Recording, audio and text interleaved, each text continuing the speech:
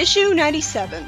We start out with Sonic putting on black gloves and a ninja suit, giving himself a secret identity that, still doesn't really work because, for one, the loophole said Sonic isn't allowed to go, and this is still Sonic. And two, it's obvious from the blue in his legs, back spines, and the blue around his eyes that he's Sonic. What other blue hedgehog could it be? He better wear dark sunglasses too, to at least try to make a better effort to hide himself. So did he get that ninja outfit from Arachnus? Why would she give that to him? She'd have to take her only clothing off in front of him to inexplicably give him that, unless she had a spare. Then some narration says that finding the Sword of Acorns would be a whole nother story. After we see Elias reviewing the message, unfortunately the message is completely garbled by the robot being damaged, leading to him and Jeffrey thinking that Eggman has the Sword of Acorns still. Sally asks why Sonic shouldn't be recruited since Chuck is his uncle after all, but although Elias agrees, Jeffrey butts in and blames Sonic for losing swords to begin with.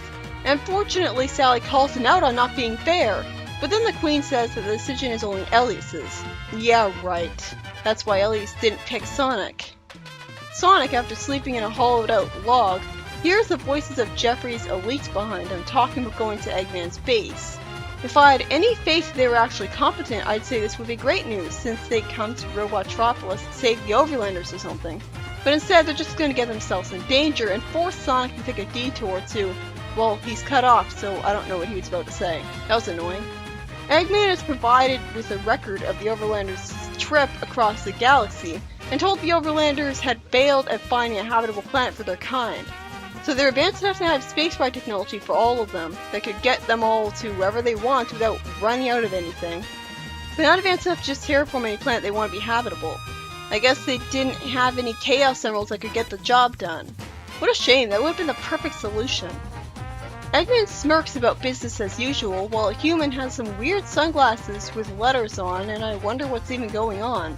Jeffrey and his crew keep going through Eggman's base despite feeling like they're being watched, which thanks to Sonic they are, and an alarm is triggered telling Eggman of their presence. Eggman is shocked at how the camera footage stops, and he tells a very weird looking Snively that I barely recognized at first to keep the man in front of them sedated because their experiment will have to wait. Sonic had taken down the cameras, but it was too late. Jeffrey's elites have been found by Shadow Swapbots anyways. Some humans really annoy me by what they're saying being against the Mobians, as Sonic comes down to save them. Why couldn't Bomb have just blown up the Swapbots? I hope he knows at all times exactly how far away he has to be to avoid catching his friends in the blast radius. Then we see Sonic's narration saying that he was embarrassed and he was glad no one could see his face then, but the panel does a terrible job of showing exactly why he felt that way. I don't even know what I'm looking at. Jeffrey acts all rude and paranoid as Sonic in his disguise, and since he surrendered to the Swapbots without even trying to fight them, he's probably just bitter and embarrassed about needing to be rescued in the first place. Sonic, hopefully disguising his voice, lies that he's from Sandblast City, and it turns out all of them have been put into a cell all of a sudden. While considering most of Sonic's spines were covered by his disguise, it does make sense that he wasn't able to spin dash through all the Swapbots and defeat them effortlessly, so never mind. Eggman wants answers to them, questioning each of them one by one, and confusingly, Jeffrey says afterwards that Eggman wasn't even there to interrogate him, that he just stayed in another cell. Is he lying?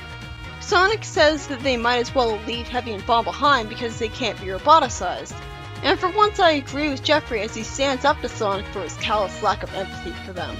We don't know how you do things in Sandblast, but here we don't leave friends behind. Especially not after they left Valdez behind. That's probably haunting them. Maybe that's why they have their newfound loyalty. Jeffrey then says Sonic might just be afraid about what happened when they take him, calling him the coward.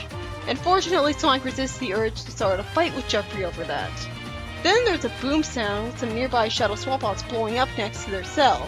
I assumed it was Uncle Chuck, but it turns out there's an even better explanation. Bomb had figured it was safe to go explosive once the team was out of blast range, as Heavy points out. Why doesn't Bomb have the ability to talk like Heavy does?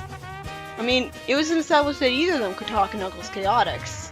With that, everyone escapes, including some Overlanders who run out of the city.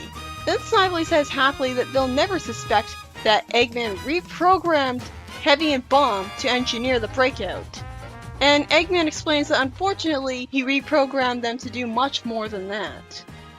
With Sonic separating from Jeffrey's elites, he wonders why it was so easy to break out, pointing out that Eggman could have erected his force field around the city to trap them.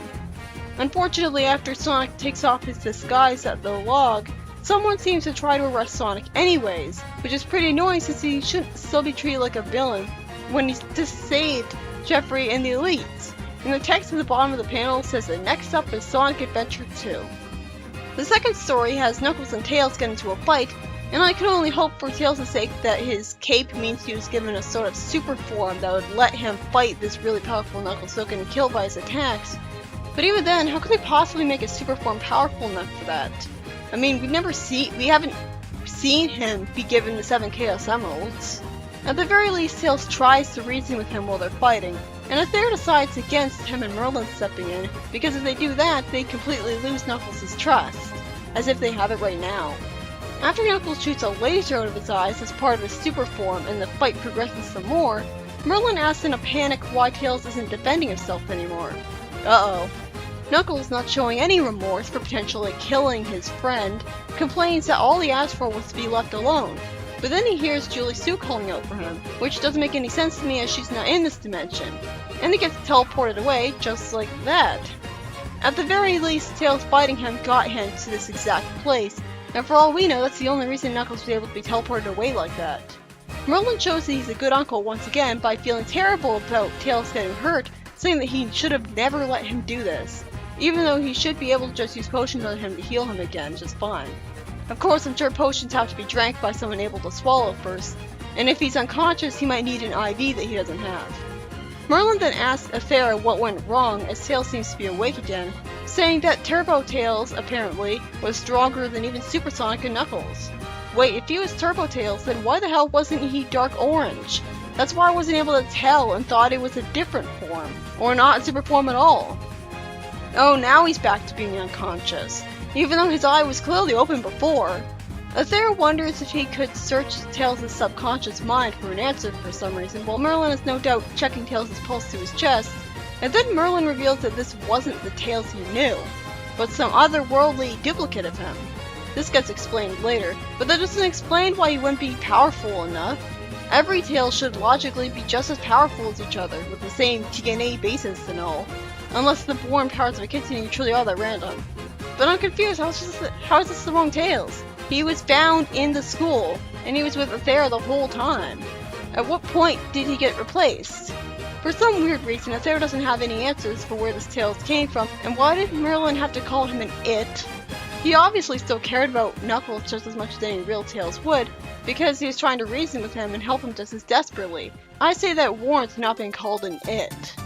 Aether, completely confused as to what to do, says that for the time being, he'll return this Tails to his usual place amongst his own people and say nothing, allowing them to quietly search out the truth, which they won't do, instead of making any rash decisions. Aether knows that this Tails is an innocent who believes himself to be Tails, so why shatter that belief before he be capable of dealing with it? That's a very rational and pragmatic choice. I like that. And this Tails already proved himself to be a good person, so I don't see why he shouldn't be trusted. I just hate not knowing where the hell this duplicate came from. Until I would find out, I'm going to be finding this really annoying and confusing. The first story was by Carl Bollers and had Sonic have to bail Jeffrey and his elites out of Robotropolis in a disguise because he's stupidly forbidden from leaving Knothole and helping them, with the aftermath being that Heavy and Bomb were reprogrammed to be sleeper agents for Eggman. This is sad, but does work when you consider that the manual Knuckles Chaotix couldn't decide whether Heavy and Bomb were good guys or spies for Eggman. So now they're going from one to the other, so both ideas get to be used. It really is a shame that Jeffrey's letting his jealousy of Sonic make him be such a jerk to him. I used to kinda like him, at least in the Sally miniseries anyways. I'm surprised we haven't seen Agnes ask Eggman about the Roby and the Hope Saw, and I still have no idea what he plans to do with the Overlanders. The second story was by Ken Penders and had Tails and Knuckles fight with Tails trying to reason with him like a concerned friend the whole time, only for Knuckles to be warped away after inexplicably hearing Julie Sue. That made no sense. Unless it would be true that Tails fighting him needed to happen for him to be teleported away, this whole fight was pointless and just got Tails hurt. Or rather, got some otherworldly duplicate of Tails that came out complete nowhere hurt, while the actual whereabouts of Tails were known. It would be interesting if this was an alternate dimension Tails we got to see, but Merlin calls him an it at one point, so it's implied that he's not really that, but some sort of magical construct. I know Kitsune can create illusions, but if something's tangible, it pretty much is disqualified from being an illusion, so it can't be something Merlin made by accident. I can't wait to find out what the hell's going on here, because right now I'm just annoyed and confused at this all coming out of nowhere. I hope things won't be too bad with the fake Tails being sent to the knothole. Like, nobody will find out before they're ready or anything. I mean, he has to have the right memories and stuff about that place, not be totally confused about everything. Because if he hadn't had all of Tails' memories, the confusing thing is that if he has all of Tails' same memories, how is it they're able to find out that he wasn't the real Tails? His body would seem like the exact same as Tails'. How would he tell the difference? Does he have just weaker magic? You'd think that he would assume not that this is a different person entirely, but instead that Tails just got weaker for some reason. Next up is issue 98, the Sonic Adventure 2 adaptation.